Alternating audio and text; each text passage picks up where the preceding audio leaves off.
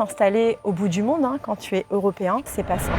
On a eu ce moment de folie à se dire on plaque tout, on s'en va, avec un petit peu plus de 400 000 €. On a vendu notre maison, on a vendu notre société. Non, on s'est pas laissé l'opportunité de revenir. La prise de risque, elle est là, elle est en permanence. Et oui, ok, on est dans le confort, mais en même temps, est-ce que c'est ce qui nous rend heureux aujourd'hui? Par rapport à ce que tu gagnes sur ton chiffre d'affaires, il te reste pas grand-chose. On essaye de vivre comme si on était en vacances, mais toute l'année. Je pense qu'on est dans le challenge en permanence avec Richard et qu'on ne voulait pas non plus quelque chose de trop facile, on voulait quelque chose qui nous ressemble. Si le jour où je ne te plais plus, est-ce que tu vas par hasard pas aller voir une petite taille toute mignonne, beaucoup plus jeune? L'angoisse de quitter tout ce que tu connais. Je serais venue seule avec un tel projet. C'est quand même une décision assez lourde et qu'à deux, on est toujours plus fort. Ici, on a pu dessiner un espace de vie vraiment sur l'extérieur. La Thaïlande, en termes de sécurité, avec des enfants, on n'avait pas forcément trouvé mieux. Je pense qu'on sera toutes d'accord, les filles. Se balader en petite jupe avec un débardeur, c'est super agréable de ne pas avoir de gars qui te regardent quand tu passes. Alors, faut quand même le dire que les démarches, elles sont pas simples. Elles sont même plus compliquées que faire venir des enfants, quand même. Malheureusement, ici, à 15 ans, quand tu veux faire une orientation professionnelle, c'est compliqué. En arrivant là, ok, on est arrivé sur une île paradisiaque. On a quand même vécu beaucoup de nuits blanches à savoir si on avait fait le bon choix. Je me considère comme immigrée, pas expatriée. Parce que les expatriés, ils sont là grâce à leur société. Nous, on a tout lâché. On est là de notre plein gré. Sabritai, en direct de Thaïlande, je suis à Koh Samui. Aujourd'hui, je rencontre Nathalie. Si l'expatriation ou l'installation en Thaïlande vous intéresse, n'hésitez pas à télécharger mon guide sur l'expatriation. Vous allez avoir plein d'informations sur les visas, les assurances, les opportunités d'emploi, création de société. Vous pouvez le télécharger gratuitement, le lien est dans la description. Koh Samui, c'est aussi ça. Des paysages très sympas quand même. Voilà, j'étais en scooter parce que j'ai pas l'habitude de faire à Bangkok parce que Bangkok c'est quand même une ville très busy, beaucoup trop de circulation, parfois c'est plus dangereux. Mais ici, quand même, voilà, je m'arrête, j'apprécie. Voilà, j'étais en route pour un reportage et voilà, faut savoir parfois apprécier la nature. Voilà, là je suis à Menam et c'est des paysages très sympas. Bon, j'espère que les chiens ne vont pas sauter la rambarde pour me croquer. Allez. Bon, allez, c'est bon, la pause est finie, les chiens là, c'est excitant. Bonjour Nathalie. Bonjour. Ravi de te rencontrer. Bah écoute, avec plaisir. Alors, ça fait combien de temps que tu es en Thaïlande? Alors ça fera bientôt 1 an. Un an? 1 an et on est bien content, ça y est, on est enfin installé. Alors, un an de bonheur, un an de difficulté, un an de carnage. Est-ce que tu peux partager tout ça avec nous? Carnage, non. Mais par contre, c'est vrai qu'il faut le dire que venir ici, s'installer au bout du monde, quand tu es européen, il y a quand même beaucoup de démarches à faire, c'est pas simple. C'est pas simple. Non, c'est pas simple. C'est stressant, c'est... Alors, le stress, pas forcément. L'angoisse de quitter tout ce que tu connais, toutes tes habitudes de vie, c'était ça en fait. On avait besoin aussi de ça, je pense. Vous aviez laissé votre ancienne vie. C'est ça. Vous faisiez quoi dans la vie? Alors, on avait une société dans la climatisation, où Richard, en fait, il faisait 2 heures de route tous les jours pour aller sur Lyon et 2 heures pour revenir à la maison. Donc, le stress, des embouteillages, du quotidien, voilà, la pression permanente. La taxation aussi, peut-être? C'est le point qui nous a aussi non, mais décidé. Je l'ai deviné. Je l'ai deviné. Ça nous a aussi décidé à vouloir changer un petit peu de mode de vie par rapport à ça. Alors pourquoi la Thaïlande? Parce qu'il y a pas mal d'autres pays, d'autres destinations. Alors, beaucoup de personnes vont à La Réunion, Portugal, Maroc. Pourquoi partir aussi loin? Je pense qu'on est dans le challenge en permanence avec Richard et qu'on ne voulait pas non plus quelque chose de trop facile, on voulait quelque chose qui nous ressemble. Au départ, on avait pensé au Costa Rica pour le même côté verdoyant, côté nature. Ouais, c'est pas mal. Est-ce qu'on peut montrer un petit peu en extérieur? Bon, il pleut un petit peu, mais on peut rapidement montrer parce que là, franchement, on est dans un cadre... on se croirait dans un film de Jean-Claude Van Damme, comme je te disais tout à l'heure. Oui, je les connais tous, ça m'a peut-être inspiré d'ailleurs.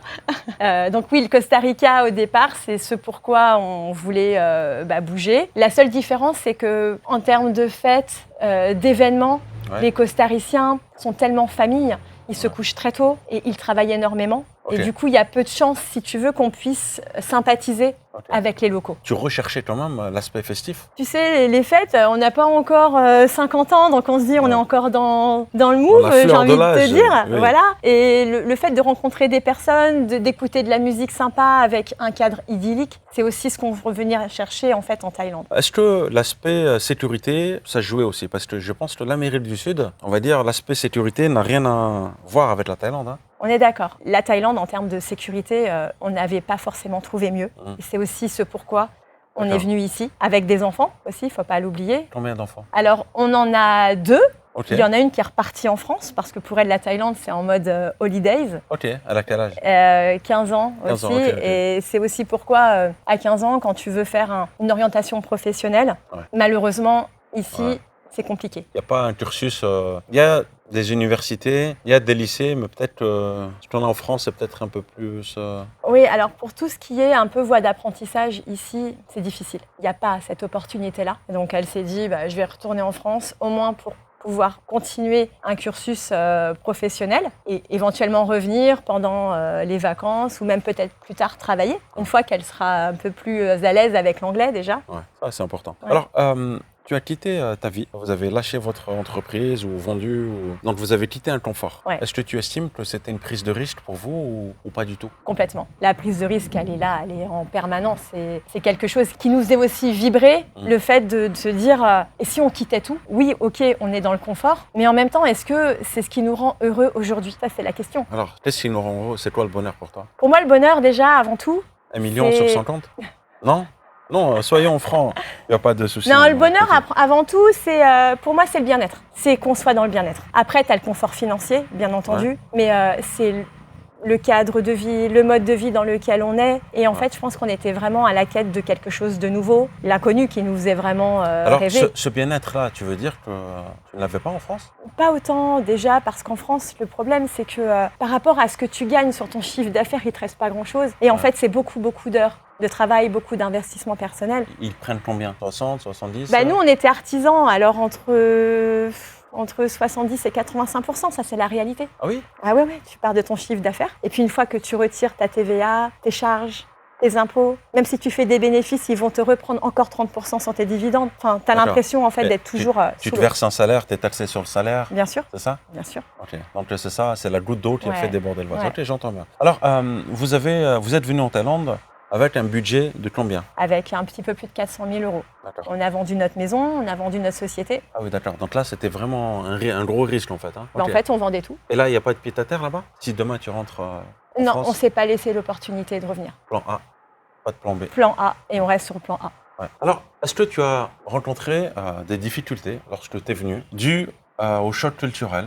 Pas du tout. Les Thaïlandais sont des personnes qui sont, je trouve, plutôt serviables, qui sont vraiment assez solidaires déjà entre eux. Et nous, c'est vrai qu'on a quelques voisins thaïs, et je sais que si j'ai besoin de leur demander quelque chose, ils sont là. Ça se passe bien? Vous communiquez comment? Je connais quelques petits mots en thaï en fait, donc on peut échanger comme ça. Et si toutefois j'avais besoin, merci Google Translate. Ah oui, ChatGPT. Ça fonctionne bien. Que penses-tu des Thaïlandais de façon générale? Est-ce qu'ils pensent comme nous? Est-ce qu'ils ont les mêmes habitudes que nous, le même comportement que nous? Est-ce qu'il y a parfois des choses qu'ils font que nous, on ne comprend pas forcément? D'après mon expérience que j'ai pu observer, les Thaïs sont des personnes qui vont gérer les problèmes quand ils sont devant le fait accompli. On a pu le voir en période de saison des pluies précédente. C'est inondé et ils vont gérer le problème quand il est là. Ils ne vont pas anticiper. Pas d'anticipation, ok. Non. Ça, c'est un constat. Ils sont comme ça, nous, on s'adapte. C'est pas du tout le problème. Moi, j'aime beaucoup leur culture. Le fait que, voilà, ils sont dans leur religion, on la respecte. Ça me pose aucun problème. Et à la limite, je trouve qu'ils ont même une belle religion. Le fait d'aider les autres, de se dire que tous les jours, on doit faire quelque chose de positif. Je trouve que c'est hyper positif, même pour la communauté, au final. Et toi, qu'est-ce que tu fais de positif à ton niveau? Pour les Thaïs, Pour la société. Je pense que lorsqu'un étranger vient ici, il doit quand même se dire, ok, je viens pour mon propre projet personnel, ouais, je suis d'accord. mais qu'est-ce que j'apporte aussi au pays? Qu'est-ce que je fais à mon niveau? Je pense qu'on apporte tous une valorisation économique quelque part, parce qu'on vient investir chez eux, mais quelque part, ça va aussi créer de l'emploi, parce qu'il y a des conditions. On ne peut pas arriver comme ça, déjà le fait de créer une société et de devoir embaucher des Thaïlandais. C'était difficile parce que tu as créé une société. On en parlera tout à l'heure de ce que vous avez entrepris ici, toi et ton compagnon. Mais est-ce que c'était difficile? Trouver un bon avocat, de créer une société? La chance qu'on a eue, c'est que dans un premier temps, on a fait construire. Ce constructeur nous a présenté quelqu'un en qui il avait confiance pour pouvoir trouver un terrain et faire construire notre maison. Et de fil en aiguille, il nous a également présenté l'avocat avec qui il travaillait. régulièrement, qui est plutôt bien placé sur l'île. Et ça s'est bien passé de ce côté-là. Parce qu'il y a énormément d'arnaques à ce niveau-là. Oui, complètement. Beaucoup de personnes on entend qui des viennent, choses et c'est vrai qu'on s'est dit, on a eu la bonne étoile ce jour-là. Tu t'estimes chanceuse parce que tu estimes que c'est tu vrai. fais exception quand même. Exception, je sais pas, mais en tout cas, on a eu la chance de tomber sur des personnes sérieuses en qui on pouvait avoir confiance et qui nous ont pas déçus. Alors pourquoi Koh Samui Bonplat, c'est sympa aussi. Tu aurais pu avoir une belle maison, un Antabouri ou... Bon, alors, je vous cache pas que je quittais pas l'Isère, vu sur le Vercors, pour aller en milieu urbain. Il n'en était pas question, ça. Et Phuket alors, c'est sympa? Ouais, mais Phuket, c'est pas quelque chose qui m'a fait rêver. Je connais, on y est allé plusieurs fois. Non, on voulait vraiment être peut-être un petit peu excentré. Koh Samui nous correspondait bien. On est sur une île, on a l'impression d'être un petit peu hors du monde d'une certaine manière. Est-ce que c'est une île paradisiaque? Ouais, complètement. Tu as une vue sur ça La vue dans la cocoterie, sur les petits bufflons qu'il y a à côté. Il y a des animaux aussi. Un petit peu plus loin, il y a un petit élevage de buffles. On en profite un peu tous les jours. D'accord. Est-ce qu'il y a des cobras? J'en ai pas vu et je ne veux pas en voir entre nous. D'accord. Non, ça fait peur. Alors, ce qui m'intéresse aujourd'hui, moi, c'est de discuter surtout de ton expérience en Thaïlande en tant que femme. Je sais qu'il y a beaucoup d'hommes, d'ailleurs tu me l'as dit, il y a beaucoup d'hommes qui passent dans tes reportages. Tu serais intéressé de donner ton avis de femme. Quelles sont les préoccupations principales d'une femme qui vient s'installer en Thaïlande en fait? Je pense qu'on sera toutes d'accord les filles, c'est la sécurité. Ça c'est le premier point ça. Ah ouais, se dire qu'il fait chaud tout le temps, ça c'est la réalité. Même en période de pluie, là il fait 28-29 degrés. Se balader en petite jupe avec un débardeur, c'est très agréable de voir que personne ne te regarde. Peut-être ils sont occupés à regarder les Thaïlandaises. Elles sont très belles, elles sont très belles les Thaïs. C'était une petite blague. Non, mais ça, réellement, moi je le vis et c'est super agréable de ne pas avoir de gars qui te regardent quand tu passes. Ça, je ne l'ai pas remarqué.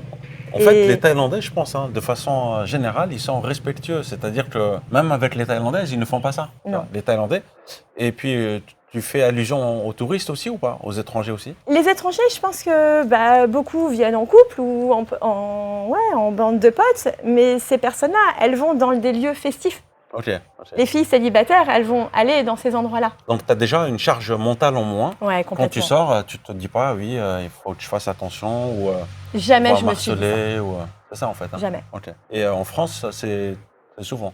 En France, beaucoup plus exposées les femmes. En ville, même dans les petites campagnes, tu peux avoir un gars qui s'arrête, qui te siffle à côté.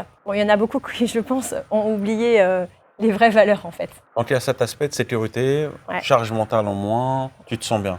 Alors quel est l'aspect secondaire? Parce que je connais beaucoup de couples qui sont venus en Thaïlande et au bout de 2-3 ans, la femme en avait marre. En général, c'est souvent la femme qui dit à son mari, écoute chérie, j'en ai marre, viens on retourne. Et son mari lui dit non, je reste là.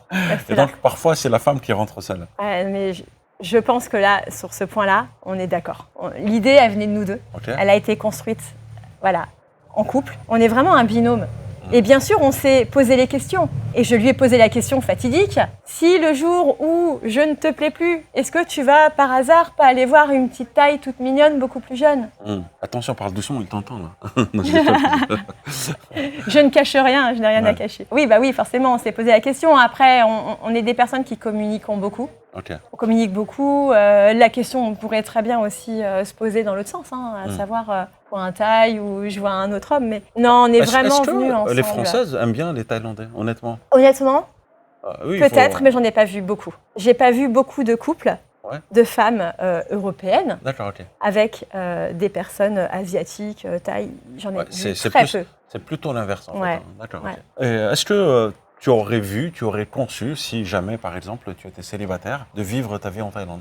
Ou est-ce que tu penses que c'est plutôt une destination à partager en famille? Je pense que ça dépend de ce que tu fais dans la vie, de ce dont tu as besoin, quelles sont tes perspectives aussi, professionnelles, d'évolution. Je pense pas que je serais venue seule avec un tel projet. Non, je pense pas. Je pense que c'est quand même une décision assez lourde et qu'à deux, on est toujours plus fort. Est-ce que tu as peur de l'avenir ou est-ce que tu es sereine à 100%? Non, je peux pas être sereine à 100%. J'ai pas non plus peur de l'avenir. Je me dis, on essaye de faire quelque chose qui nous plaise déjà. à nous. Ok. Et on se met aussi à la place des personnes pour justement savoir qu'est-ce qu'elles aimeraient, quels seraient leurs besoins. Alors, imagine, là, il y a probablement des femmes qui doivent regarder ce reportage et voilà, se poser plein de questions. Quels conseils tu aurais à leur donner? Voilà, parce que les femmes, elles se posent plein de questions de toutes les façons sur la sécurité, surtout sur La les activités sécurité, aussi. je pense que là, on est D'accord, mais ça, bien, on va dire, c'est un mais- besoin vital. Mais bon, je m'ennuie, qu'est-ce que je peux faire? Ah bah, en fait, tu Mais peux c'est- pas t'ennuyer ici. Ah, tu ne t'ennuies pas ici? Moi, je trouve que tu peux pas t'ennuyer. Tu fais du yoga alors? Tu peux faire du yoga, tu peux aller te faire un petit massage d'1 heure. Ok. En plus, les prix sont vraiment très attrayants. C'est combien? En moyenne, c'est entre 300 et 400 bahts un massage pour 1 Ok. heure. Thai massage ou oil massage. Ok. À ce prix-là, je pense que ouais, le Alors- bien-être, il est abordable et accessible. D'accord. Alors, il doit probablement y avoir des choses que vous, les femmes, vous connaissez mieux que nous, hommes, nous les hommes. Tout ce qui est produits de beauté, maquillage, produits de soins, etc. Ouais, il y a ils ont tout des- ici ou pas? Ils ont tout. Il manque rien? Les produits asiatiques sont très très bien D'accord. et les prix ne sont pas les mêmes. Ils sont très forts hein, dans cette partie cosmétique. Ils sont très très bien. Ils vont chercher des...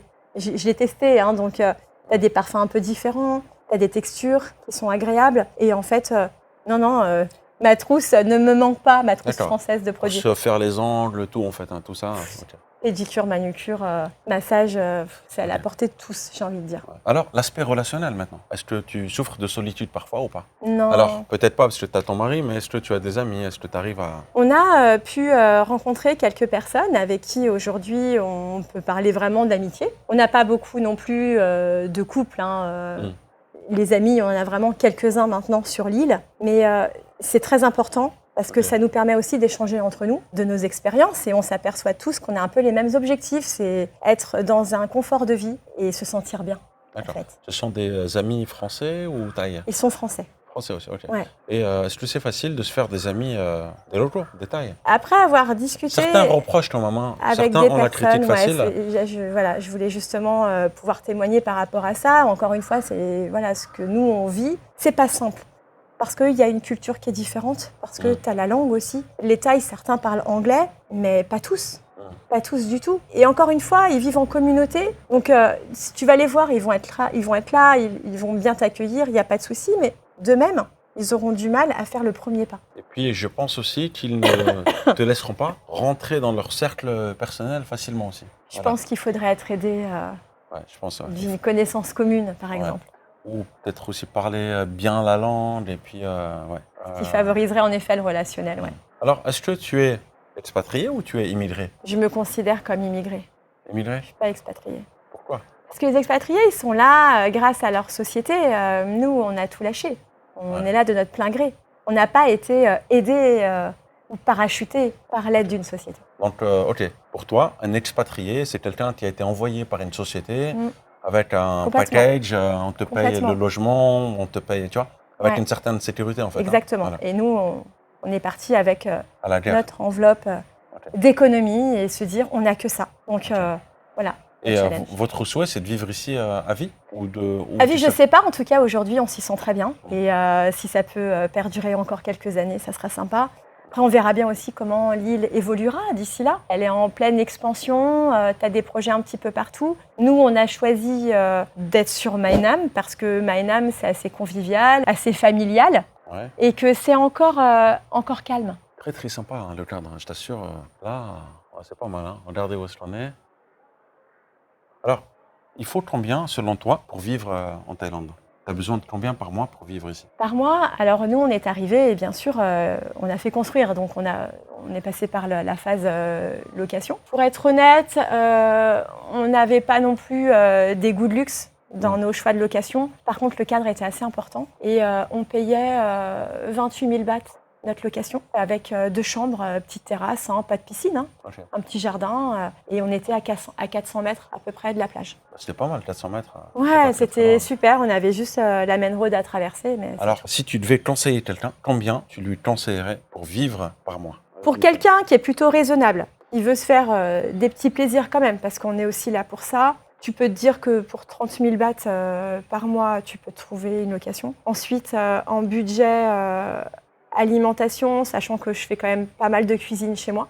Ah, tu avec cuisines des beaucoup, ok. produits D'accord. asiatiques que je vais acheter chez les locaux d'ailleurs sur le marché. Je dirais avec les enfants, hein, Ouais. entre 1600 et 1800 euros. Ok, 1600, disons 1700, C'est- faisons la moyenne. 1700 euros par mois. Allez, tu vis pas comme un pacha non plus, faut pas Ok. mentir là-dessus. Donc tu arrives à vivre avec 1700 euros par mois.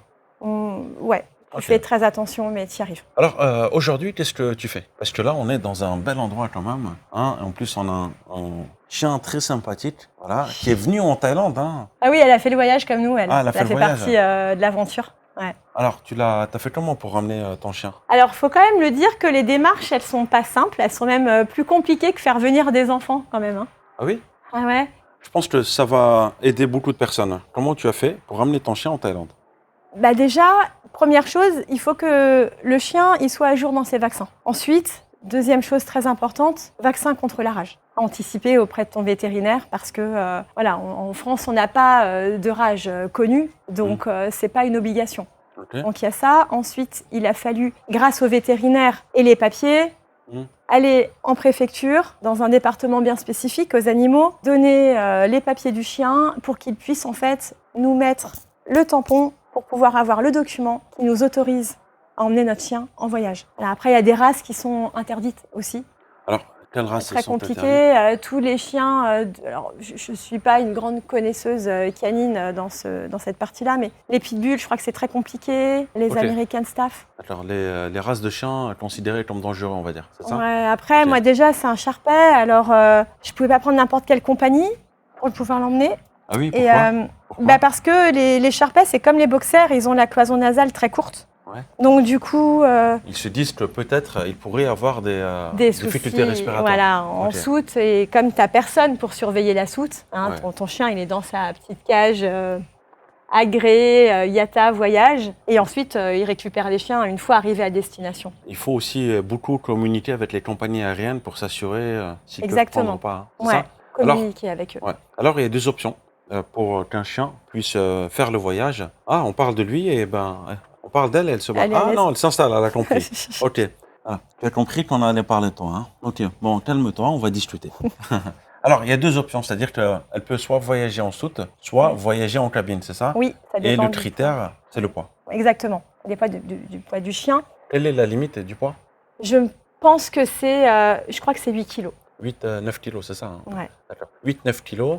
Et puis, je crois que c'est un ou deux animaux par avion. Il me semble Alors, qu'il y a une limitation. Exactement. Alors ça, c'était notamment pour la soute. Enfin, moi, j'ai eu notamment ce problème. En tout cas, cette question qui s'est posée. Je crois que la compagnie qu'on a prise pour ce type de chien n'acceptait pas plus de 4 chiens en soute. Pas plus de 4 chiens en saute. Et puis en cabine aussi, c'est pareil. Il y a une limitation. D'accord. Donc ça, je pense que c'est dépendant des compagnies C'est des aériennes. lois vraiment, ouais, Voilà. elles sont très... Donc en fait, tu ne peux pas très dures. prendre n'importe quel vol. Exactement. C'est ça. Donc nous, on n'a pas pris l'avion à Lyon. On est monté sur Paris. On est D'accord. monté en TGV. Donc on avait 12 bagages au total entre les grosses valises, la caisse du chien, les sacs à dos. Ah ouais, vous êtes venu avec 12 bagages. Hein. Ah D'accord, ouais, ok. on est venu avec 12 C'était pas un bagages. sac à dos. Hein. Ok. Donc on a pris le TGV pour monter sur Paris-Charles de Gaulle. Ensuite, on a fait une escale, c'était sur Helsinki, puisque c'était une compagnie finlandaise. Ah, c'est Finnair alors. C'était Finnair exactement. Et ensuite, on est arrivé à Bangkok, donc le gros Bangkok. Voilà. J'aime beaucoup cette compagnie. Je l'ai prise il y a quelques années. Je trouve que c'est propre. Les avions, je crois que c'est des A320. Ouais, Je très, pense, très bien organisé en Très tout bien cas. organisé. Ouais. Et puis l'équipage, ce que j'ai bien aimé, c'est pas des hôtesses qui sont jeunes. C'est des anciennes. Je crois qu'elles ont 55 ans ou quelque chose comme ça. Pour moi, c'était original. C'était quelque Oui, chose. oui, c'est C'était vrai. pas des Le jeunes. contact est bien passé avec les personnes, surtout qu'elles savaient que j'étais plutôt angoissée à l'idée de laisser mon chien en soute, parce que c'est pas quelque chose qu'on fait fréquemment. Finnair, j'ai bien aimé. Alors le seul truc, c'était la nourriture. La nourriture Ouais, finlandaise, bon, écoute, c'est pas ça. n'a non, rien à- j'étais un peu deg. Ouais. Ah, dégoûté un petit peu. Ouais. Ouais. Alors, parlons un peu de ce que tu fais. Donc, tu es venu en famille, vous avez acheté un terrain, Ouais, c'est ça? c'est ça. Et vous avez construit cette maison. Dans l'idée, c'était de faire construire notre maison dans un premier temps et ensuite d'en faire une deuxième qui nous permettra en fait d'avoir un revenu plutôt fixe et stable D'accord. pour pouvoir vivre en fait. Est-ce qu'on peut donner une marge, un chiffre approximatif de combien peut coûter un terrain lorsqu'on vient à Koh Samui? Alors ça dépend si tu veux du sea view, vue mer ou si tu veux dans la être jungle, comme ça, dans là, juste un comme petit ça. peu comme ça en milieu plutôt rural. Il faut compter 2, 3, 4 millions. Et puis ça dépend des années aussi. Du coup, on a été propriétaire en 2024. On était entre 3,5 millions, 4 millions à l'époque pour pouvoir acheter la parcelle qui fait un rail. Donc ça fait 1600 mètres carrés. Et ça évolue d'année en année. En fait. Ouais, mais là, ça y est. C'est parti. Post-Covid, les prix déjà avaient commencé à bien augmenter. Et puis là, aujourd'hui, un peu plus d'un an après, ça a plus que doublé. Est-ce que tu pourrais nous faire visiter ta maison? Avec plaisir. Donc voilà. Donc là, on voulait une pièce un peu sympathique, notamment pour la saison des pluies, pour qu'on puisse se poser devant la télé. Le salon, c'est aéré. C'est Voilà. lumineux aussi. Et puis, on vit surtout à l'extérieur. Ah oui, souvent. On est à 90% du temps Et t'as pas en l'impression que vous êtes extérieur. toujours en vacances ici? C'est un peu ça, en fait. On se dit, la place au soleil, elle est sympa. Ouais. Mais c'est dangereux sympa. un peu, non, ou pas? Parce qu'on n'a pas l'impression de travailler. Tu vois, c'est ouvert. Tu vois, t'as pas l'impression d'être dans un appartement. Dans un cadre de travail. Ouais, c'est ça, un cadre de travail. C'est vrai. Ça, c'est l'avantage. C'est qu'ici, on a pu dessiner un jardin. On voulait absolument de la verdure, un jardin. Ouais. Un espace de vie vraiment sur l'extérieur. C'est sympa, c'est spacieux et j'aime bien le fait que c'est éclairé. C'est bien, non? Ouais, c'est assez lumineux, c'est vrai. Je pense que la lumière, c'est aussi un grand facteur de dépression en France. Tu sais que j'ai habité à Londres pendant plusieurs mois, presque un an. Ouais. Et c'était limite la dépression parce que c'était nuageux tout le temps. Bon, on est en basse saison là. Et on est en basse saison. Là, ça y est, on est rentré dans la saison des pluies. On va dire que ça fait 3-4 jours qu'on a la pluie sur Koh Samui, tous les jours. Ouais. Mais jusqu'à maintenant, on a vraiment pu profiter des belles températures, du beau soleil. Il y a encore 4 jours, on était à la plage. Ouais. C'était très chouette. Ah, magnifique. En tout cas, le salon est spacieux et pour moi, c'est la lumière qui est le facteur numéro 1, très très important. Pas mal. Pas mal du tout. Voilà. Il n'y a pas un bruit. Et là, en fait, c'est là que tu réalises que tu n'es plus à Bangkok. En fait.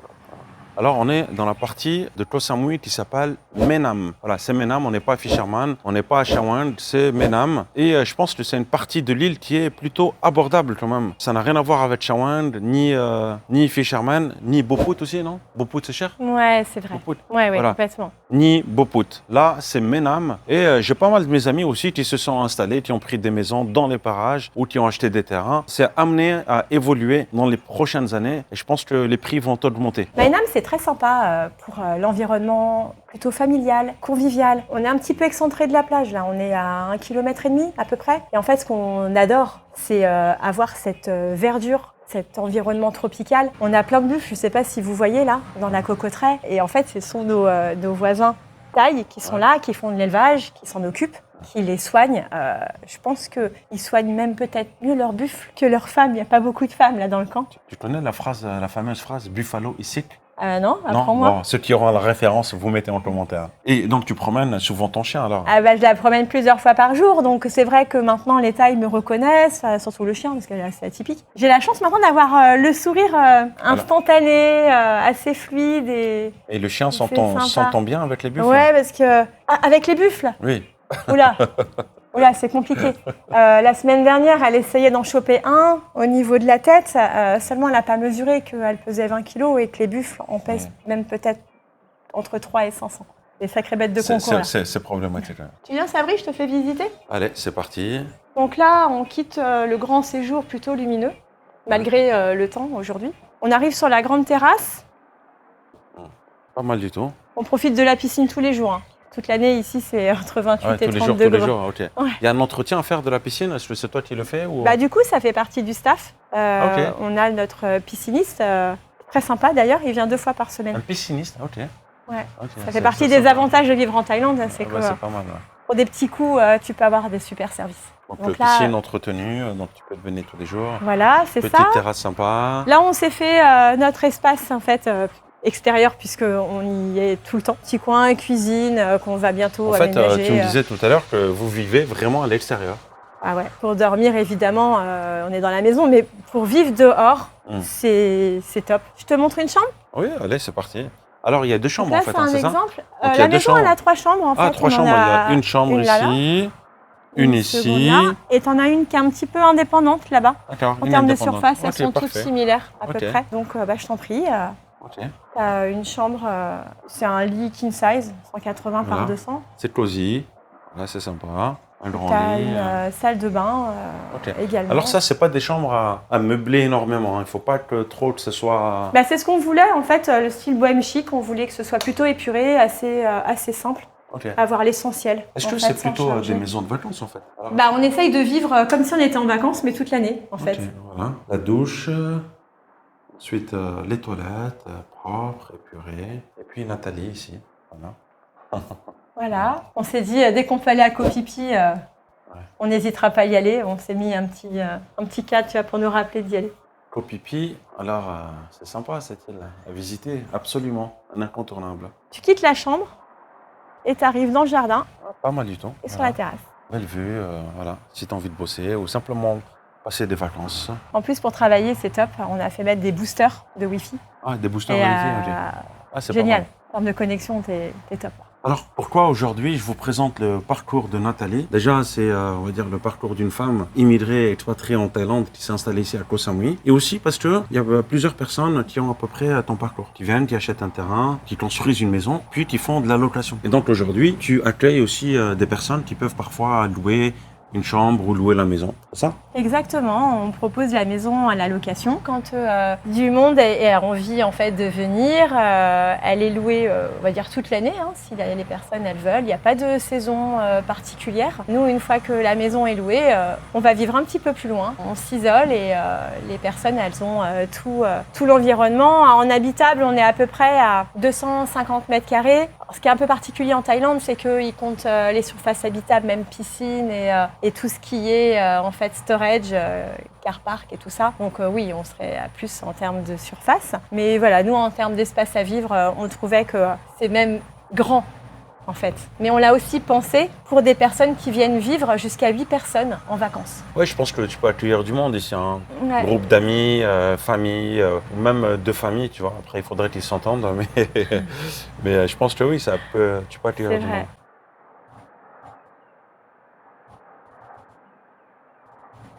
Je vais vous mettre son contact dans la description. Voilà, jetez un petit coup d'œil dans la description. En tout cas, moment agréable. Bon, un petit peu de pluie, mais c'est pas mal parce que la pluie, ça rafraîchit. Ça fait plusieurs années que je vis en Thaïlande. Je t'assure bien. que quand il fait trop chaud parfois, j'ai besoin de pluie et ça rafraîchit énormément. Il y a un aspect quand même qu'il faut souligner, c'est qu'en arrivant là, ok, on est arrivé sur une île paradisiaque, on a quand même vécu beaucoup de nuits blanches, à savoir si on avait fait le bon choix, si les filles ça allait coller, parce qu'on leur a vendu du rêve à travers ce projet, mais la réalité fait qu'une fois qu'on était ici, on n'est pas forcément attendu. Il y a déjà du monde sur l'île. Est-ce que notre projet il va coller avec l'attente aussi des personnes et puis les nôtres notamment? Est-ce que réellement la vraie vie sur Koh Samui va correspondre à ce pourquoi on rêvait avant de venir? Donc les nuits blanches pendant 2 mois aussi, les difficultés à se dire est-ce qu'on va réussir à s'intégrer? Est-ce qu'on va pouvoir recréer des bons contacts, des contacts fiables, vraiment sincères et amicaux? Parce qu'il y a quand même une grande communauté française, faut le dire, importante. Mais notre environnement, il n'est pas spécialement qu'avec des Français. On fréquente pas beaucoup de monde français. On vit plus près des locaux, globalement. Mais voilà, il faut quand même le dire. La prise de conscience, elle était là. On a eu ce moment de folie à se dire on plaque tout, on s'en va. Mais ça ne nous empêchait pas de réfléchir la nuit. Est-ce qu'on a vraiment fait le bon choix? Est-ce qu'on a pris les bonnes décisions? Je pense que c'est normal, partir à 11 km de chez soi, on se remet forcément en question. Et je pense que même ce que vous avez accompli aujourd'hui, peut-être que tu considères que rien n'est acquis encore. Rien n'est acquis. On n'est pas dans notre pays d'origine. Pas l'oublier. Tu t'en rends compte, ça? Oui, parce que tu as quand même une culture qui est différente. Tu as la religion. Alors les bouddhistes, c'est vraiment une religion moi, qui me parle beaucoup parce qu'il y a le respect des autres, il y a vraiment ce côté bien-être autour de ça. Mais c'est vrai que voilà, il ne faut pas oublier d'où on vient. J'espère que vous avez apprécié cette vidéo. N'hésitez pas à vous abonner à la chaîne. Je vous mets le lien du guide d'expatriation en description. Prenez soin de vous et je vous dis à très bientôt. Ciao, ciao.